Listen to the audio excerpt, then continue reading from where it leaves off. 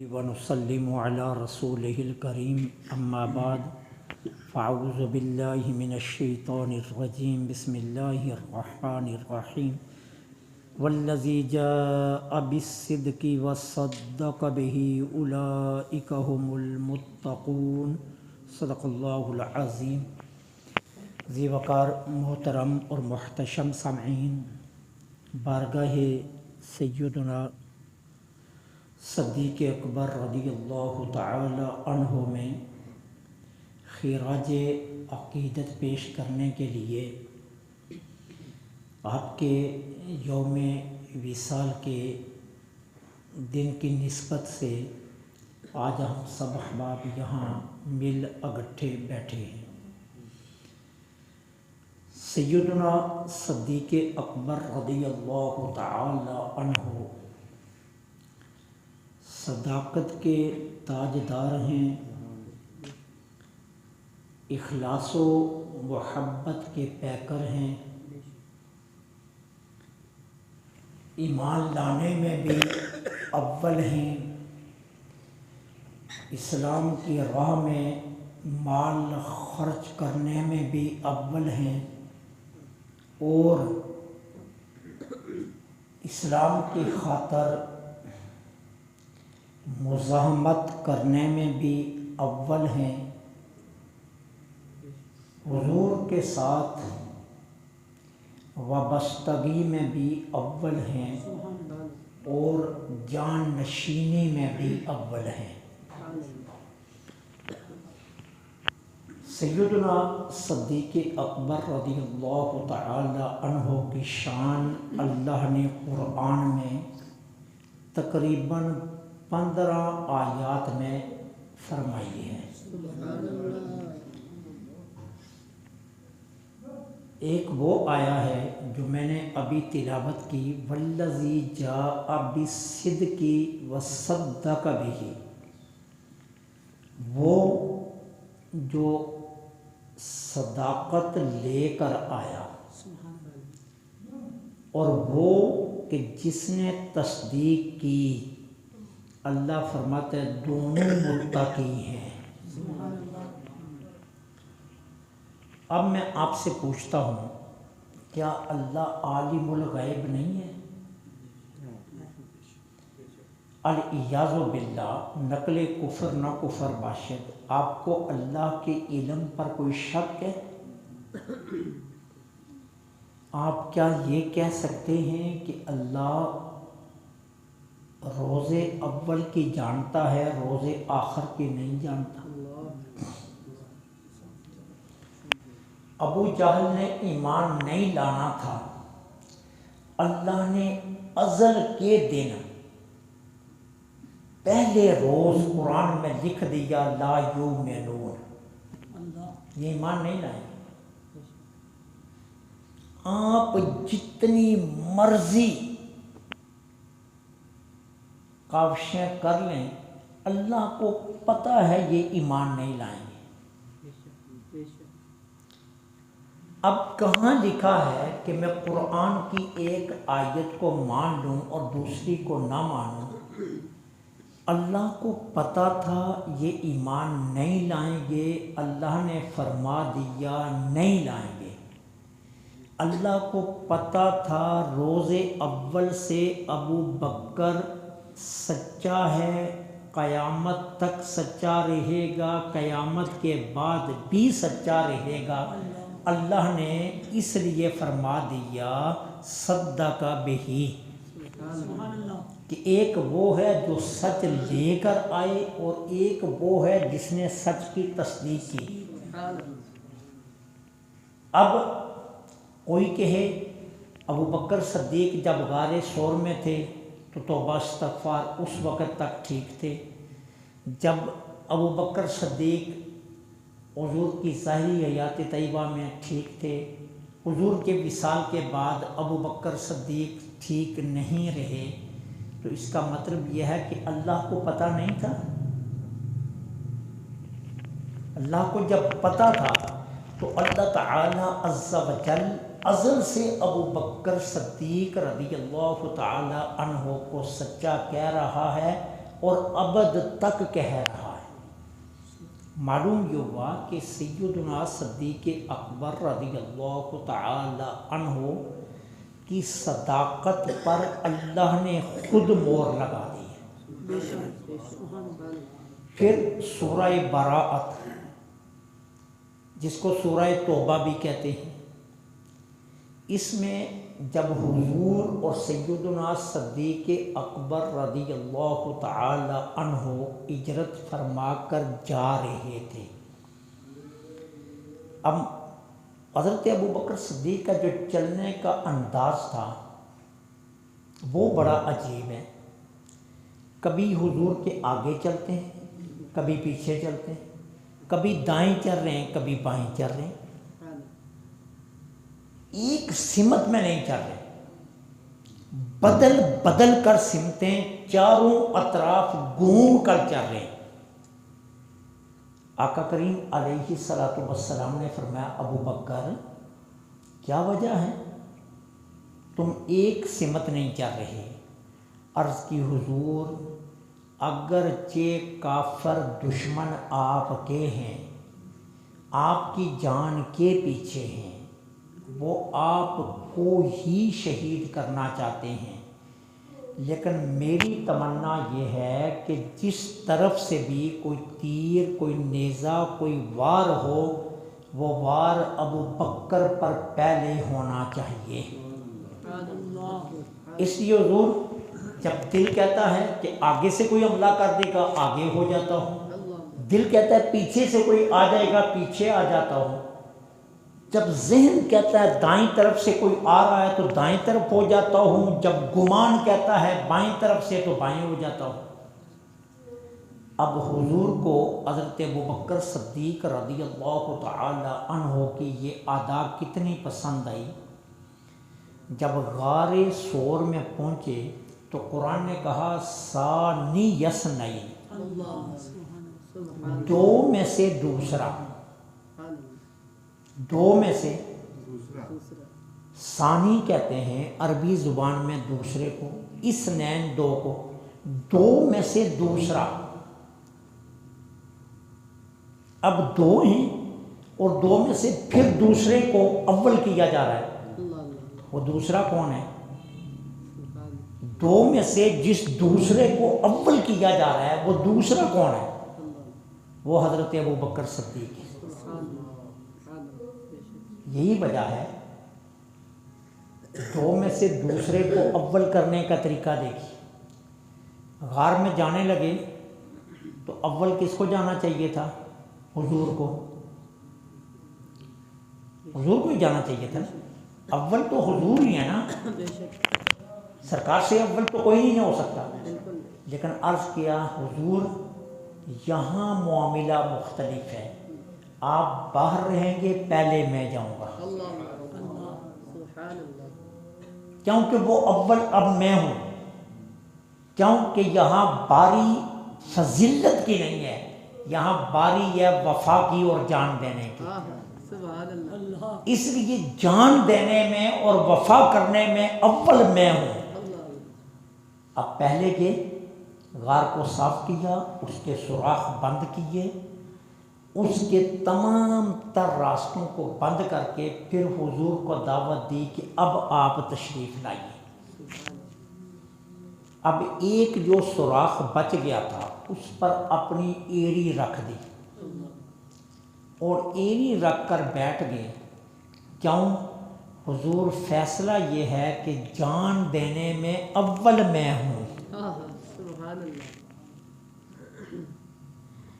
اس لیے ایڑی رکھ دی۔ اب اس کے بعد حضور کی بارگاہ میں عرض کیا کیا، آقا ایک دروازہ ہے غار کا، باقی تو تمام راستے بند ہیں، چھوٹے چھوٹے سوراخ جو تھے ان کو بھی میں نے بند کر دیا، اب اگر اس جانب سے کافر آ جائیں تو ہم کدھر جائیں گے؟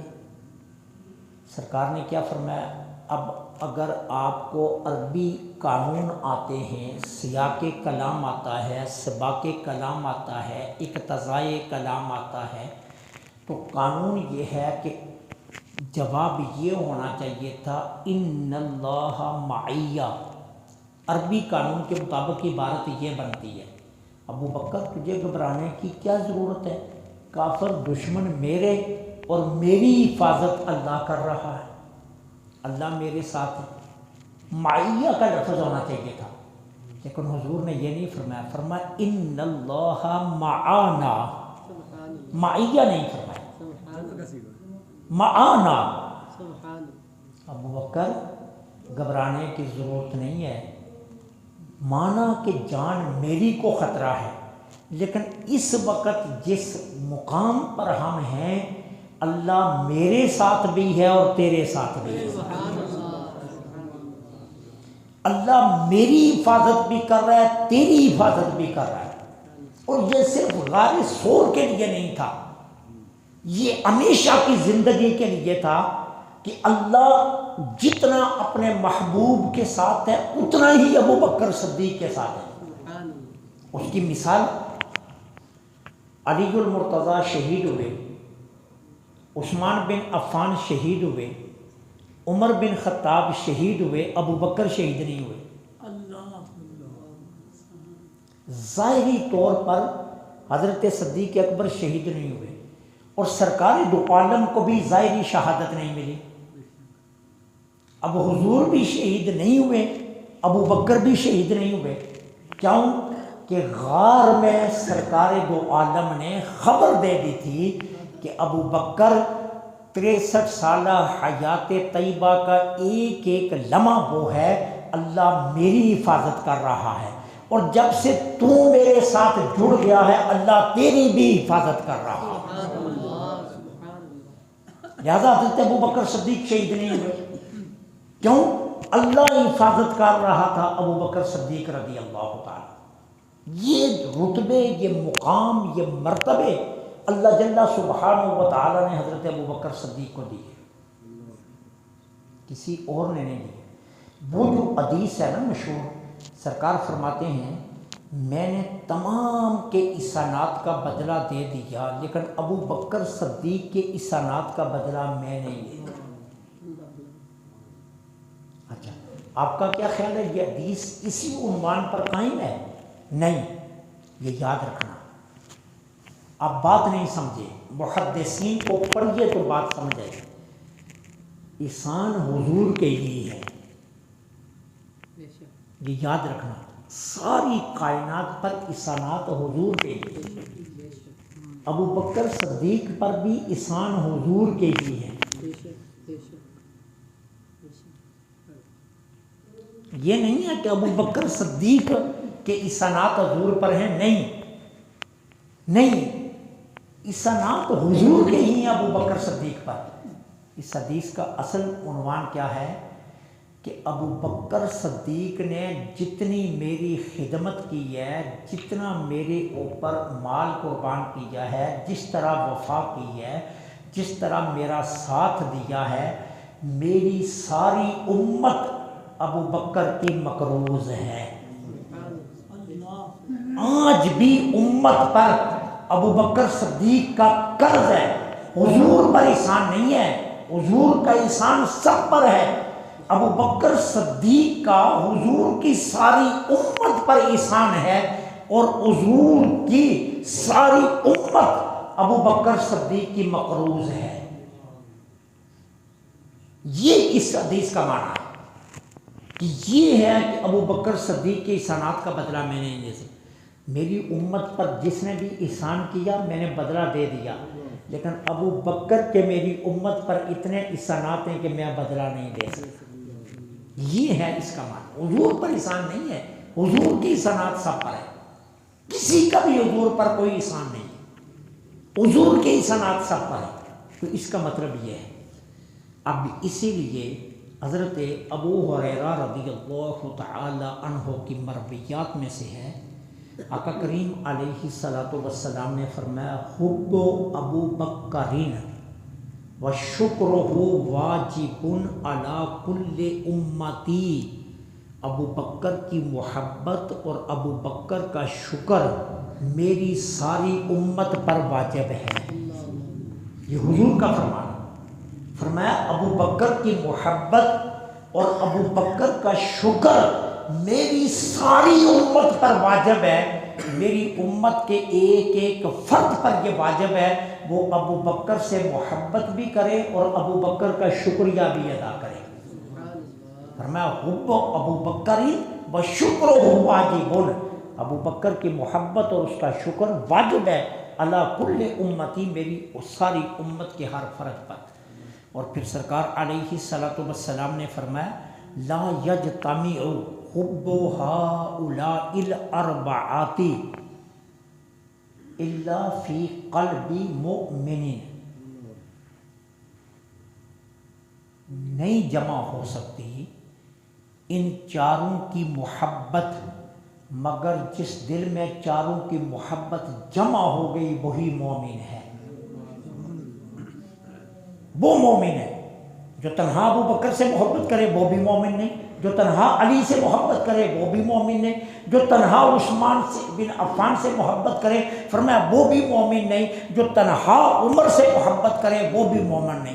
جو ابو بکر سے محبت نہ کرے تین سے کرے، جو تینوں سے کرے ابو بکر سے نہ کرے، جو علی سے کرے اور تینوں سے نہ کرے فرمایا وہ مومن نہیں ہو سکتا۔ مومن ہونے کے لیے ان چاروں کی محبت دل میں اگٹھی کرنا لازم ہے، اگر لازم نہیں محبت کی تو یاد رکھیے وہ مومن نہیں ہو سکتا۔ یہ میرے آقا کا فرمان ہے کہ لا یجتمع حب ہؤلاء الاربعۃ الا فی قلب مؤمن، کہ قلب مومن کی نشانی یہ ہے کہ اس کے دل میں چاروں کی محبت ہوگی، ایک کی محبت نہیں، چاروں کی محبت سے قلب مومن مکمل ہوتا ہے۔ تو فرمایا یہ نشانی ہے۔ اسی طرح میرے آقا کریم علیہ الصلوۃ والسلام تشریف فرماتے، حضرت انس رضی اللہ تعالیٰ عنہ کی یہ روایت ہے، کہتے ہیں کنا عند النبی صلی اللہ علیہ وسلم وقال رسول اللہ صلی اللہ علیہ وسلم یطلع علیکم رجل من اہل الجنہ، ہم حضور کی بارگاہ میں حاضر تھے، حضور تشریف فرماتے، آقا کریم علیہ الصلوۃ والسلام نے فرمایا ابھی ایک شخص نمودار ہونے والا ہے، تمہارے پاس آنے والا ہے، وہ جنتیوں میں سے ہے، وہ اہل جنت میں سے ہے۔ ایک آنے والا ابھی آ رہا اور وہ اہل جنت میں سے ہے۔ حضرت انس فرماتے ہیں صحابہ نے اپنی نگاہیں دروازہ مسجد نبوی کی طرف کر لی اور جب دیکھا فاطلع ابی بکر، آنے والا کوئی اور نہیں تھا، وہ ابو بکر صدیق تھے۔ ابو بکر صدیق رضی اللہ تعالیٰ عنہ تھے کہ جن کے بارے میں میرے آقا کریم نے فرمایا کہ آنے والا جنتی ہے، اور وہ آنے والے کون تھے؟ حضرت ابو بکر صدیق رضی اللہ تعالیٰ، سیدنا صدیق اکبر رضی اللہ تعالیٰ عنہ کا رتبہ یہاں سے سمجھ لیجئے۔ میں آپ سے پوچھتا ہوں، آپ مجھے بتائیے حضور نے اپنی امت کس کے پیچھے کھڑی کی؟ حضرت ابو بکر صدیق کے پیچھے کھڑی کی نا۔ اچھا، اب حدیث کے رتبے سننا، ایک ہوتی ہے حدیث قولی، محدثین فرماتے ہیں قولی حدیث سب سے اونچے درجے کی ہے، اس کے بعد ہے عملی حدیث، یہ اس کے بعد کا درجہ، اس کے بعد ہے نظری حدیث۔ اب تینوں کی تعریف سن لیں۔ قولی حدیث اس کو کہتے ہیں جو حضور کا فرمان ہے، عملی حدیث وہ ہے جو حضور نے کر کے دکھایا، نظری حدیث وہ ہے جو حضور نے دیکھی اور دیکھ کر پسند فرمائی۔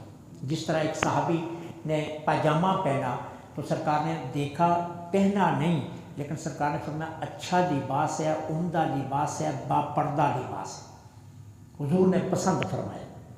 لیکن حضور نے ساری ظاہری حیات طیبہ میں پاجامہ نہیں پہنا، لیکن حضور نے پہنا ہوا دیکھ کر با پردہ شرم و حیا والا اچھا لباس قرار دیا، یہ نظری حدیث ہے۔ اس طرح کئی اور ایسے اعمال تھے کہ حضور نے کرتے ہوئے دیکھا تو فرمایا یہ اچھے اعمال ہیں، یہ نظری حدیث ہے۔ قولی حدیث کیا ہے؟ فرما دینا، ٹھیک ہے۔ اور عملی حدیث کیا ہے؟ عمل کر کے دکھانا۔ اب حضرت ابو بکر صدیق کا مقام سمجھیے، حضور نے جب حضرت ابو بکر صدیق کو مصلی امامت پر کھڑا کیا، تینوں حدیثیں ایک جگہ جمع ہو گئی۔ فرمایا مرو ابا بکر فلیصلی بالناس، جاؤ جا کر کہہ دو ابو بکر سے کہ وہ لوگوں کی امامت کریں۔ اب حضرت ابو بکر صدیق امامت کے لیے کھڑے ہو گئے، نماز پڑھانی شروع کر دی۔ سرکار تشریف لے آئے دیکھنے کے لیے کہ اپنی امت جس کے پیچھے کھڑی کی ہے، کیا امت اس پر متفق ہے؟ یہ ہو گئی نظری حدیث، یہ ہو گئی نظری حدیث۔ اور سرکار علیہ الصلاۃ والسلام حضرت ابو بکر کی اقتدا میں پیچھے بیٹھ گئے نماز کے لیے، تو یہ ہو گئی عملی حدیث۔ اب قولی، عملی، نظری تینوں حدیثیں ایک جگہ جمع ہو گئی۔ ابو بکر صدیق پر حضور کو کتنا ٹرسٹ تھا، صداقت پر کتنا یقین تھا، حضور کو اپنے اس پیارے صدیق کے ساتھ کتنی محبتیں تھیں۔ کہا ابو بکر فیصلہ وہ کر چلا ہوں، قیامت تک کوئی اسے توڑ نہیں سکے گا۔ توڑنے کے لیے 3 حدیثیں اگٹھی کرنی پڑیں گی، اور یہ 3 اگٹھی سوائے تیری ذات کے کہیں ہو نہیں سکتی۔ اب کون ہے جو مائی کا لال ابو بکر کی افضلیت کو توڑ کر دکھا دے؟ توڑنے کے لیے یہ 3 حدیثیں ایک جگہ جمع کرنی پڑیں گی، اور وہ جمع نہیں ہو سکتی۔ ایک ہی موقع ہے جب ابو بکر کے لیے میرے نبی نے 3 حدیثیں جمع کر دی۔ تو یہ رتبہ، یہ فضیلت سیدنا صدیق اکبر رضی اللہ تعالی عنہ کو آقا کریم کی بارگاہ سے ملا۔ حضرت عبداللہ بن عمر رضی اللہ تعالی عنہما روایت فرماتے ہیں، حضور کی ظاہری حیات طیبہ میں، حضور کی ظاہری حیات طیبہ میں جب ہم صحابہ کے درمیان درجہ بندی بیان کرتے تھے، تو اس وقت بھی تمام صحابہ بالاتفاق ابو بکر کو 1 نمبر پر رکھتے تھے۔ کہتے ہیں حضور کی ظاہری حیات طیبہ میں بھی جب صحابہ کی درجہ بندی ہوتی، کون کس سے افضل، کون کس سے افضل، کون کس سے افضل، تو کہتے ہیں افضلیت بیان کرتے ہوئے تمام صحابہ بالاتفاق حضرت ابو بکر صدیق کو 1 نمبر پر رکھتے تھے۔ حضرت امام محمد باقر، ٹھیک ہے، یہ کون ہے؟ امام جعفر صادق کے والد محترم۔ کون ہے یہ؟ امام زین العابدین کے بیٹے۔ کون ہیں یہ؟ امام حسین کے پوتے۔ کون ہیں یہ؟ علی المرتضیٰ کے پرپوتے۔ علی المرتضیٰ پردادا، امام حسین دادا، زین العابدین باپ، اور محمد باقر بیٹا۔ حضرت امام محمد باقر رضی اللہ تعالی عنہ فرماتے ہیں کہ اگر میرے دل میں ابو بکر پر کسی اور کی فضیلت کا گمان بھی آ جائے، یہ علی المرتضیٰ کا پرپوتا فرماتا ہے، اگر میرے دل میں ابو بکر صدیق کی فضیلت پر کسی کا گمان بھی آ جائے، تو قیامت کے دن مجھے میرے نانا کی شفاعت نصیب نہ ہوگی۔ یہ امام محمد باقر رضی اللہ تعالیٰ عنہ آپ فرماتے ہیں کہ اگر ایسا ہو جائے کہ میرے خیالوں میں بھی آ جائے کہ میں حضرت ابو بکر صدیق سے کسی کو افضل سمجھوں، تو اللہ تعالیٰ اپنے محبوب کی شفاعت قیامت کے دن مجھے نصیب نہ کرے۔ حضرت محمد بن حنفیہ، یہ کون ہے؟ حضرت علی المرتضیٰ کے پوتے ہیں۔ یہ حضرت علی المرتضیٰ کے کیا ہیں؟ پوتے ہیں۔ حنفیہ علی المرتضیٰ کے بیٹے ہیں، اور محمد حنفیہ کے بیٹے ہیں۔ تو علی المرتضیٰ کے یہ پوتے ہیں حضرت محمد بن حنفیہ رضی اللہ تعالی عنہما فرماتے ہیں میں نے خود اپنے دادا جان سے پوچھا، میں نے خود اپنے دادا جان سے پوچھا. یہ کون کہہ رہا ہے؟ حضرت علی المرتضیٰ کے پوتے محمد بن حنفیہ کہ میں نے اپنے دادا جان سے پوچھا کہ دادا جان آپ بتائیے کہ آپ حضور کے بعد افضل ترین کس کو گنتے ہیں؟ تو فرمایا بیٹے یاد رکھنا حضور کے بعد اگر افضل ترین کوئی شخصیت ہے تو وہ ابو بکر صدیق ہے.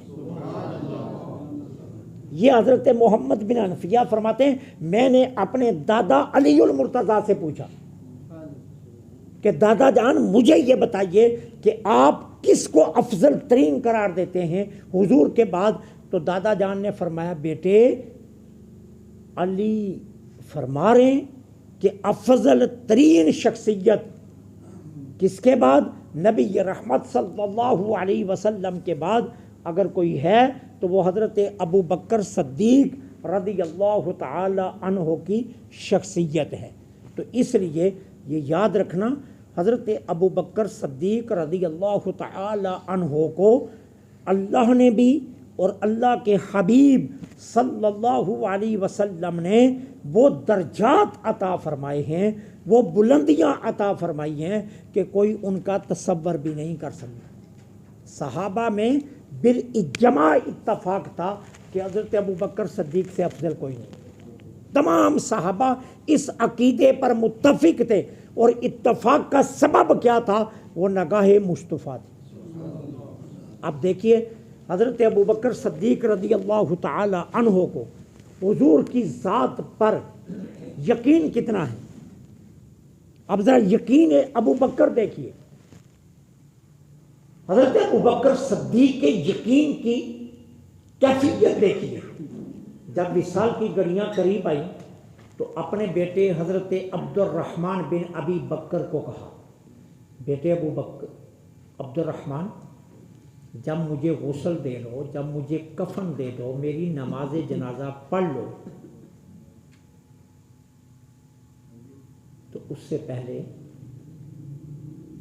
ایک بات کرنا. کیا؟ اپنی بہن عائشہ کے پاس جانا اور ان سے کہنا کہ ابا جان کی خواہش ہے کہ جو حجرہ آپ کا ہے اس کے اندر اگر مجھے لحد کی جگہ مل جائے تو یہ میری آرزو ہے. اب فوراً خیال آیا کہ وہ تو بیٹی ہے، وہ تو باپ کی محبت میں اجازت دے دے گی، انہیں تو انکار نہیں کرنا، لیکن جن کے پہلو میں رہنا ہے ان کی اجازت بھی تو ضروری ہے. اب کیا کیا؟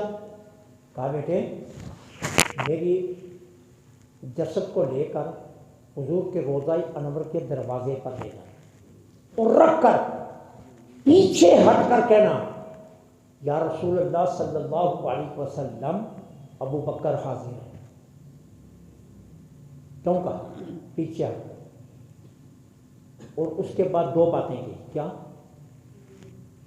دروازہ خود کھلے پھر بھی اندر نہ لے جانا جتنی دیر تک آواز نہ آئے اندر سے. یہ حضرت ابو بکر صدیق کا حضور کی ذات پر یقین دیکھی کس درجے کا یقین. اب کا پیچھے ہٹ کر کہنا. کیوں؟ کل کوئی یہ نہ کہے بیٹا پاس کھڑا تھا اس نے کونی مار دی دروازہ کھل گیا، شریر کا کونا لگا دروازہ کھل گیا، محبت صحابہ غالب آ گئی دروازہ کھول دیا. کوئی یہ نہ کہے اندر سے تو آواز نہیں آئی تھی، پھر زبردستی کی گئی، بیٹی کا حجرہ تھا، کہا نہیں بیٹے پیچھے کھڑے ہو. پھر دروازہ بھی کھلا اور اندر سے آواز آئی اوصل الحبیب الی الحبیب، حبیب کو حبیب کے ساتھ ملا دو، حبیب کو حبیب کے ساتھ ملا دو. اوصل الحبیب الی الحبیب، حبیب کو حبیب کے ساتھ ملا دو. اب دیکھیے یقین کتنا کامل تھا کہ کہ ابو بکر صدیق نے زندگی میں جو وفائیں کی ہیں، ابو بکر صدیق نے حضور کی ذات کے ساتھ جو وابستگیاں رکھی ہیں، ابو بکر صدیق کو یقین تھا آواز آئے گی، ضرور بھی ضرور آئے گی، اس لیے یقین سے کہا جتنی دیر تک آواز نہ آئے مجھے اندر مت لے جانا، آواز آ جائے تو اندر لے جانا، آواز نہ آئے تو کیا کرنا، مجھے جنت البقیع میں دفنا دینا۔ محدثین اس کے تحت لکھتے ہیں کہ حضور اگر نکل کر خود دروازہ کھولتے تو نظام کائنات بدل جاتا۔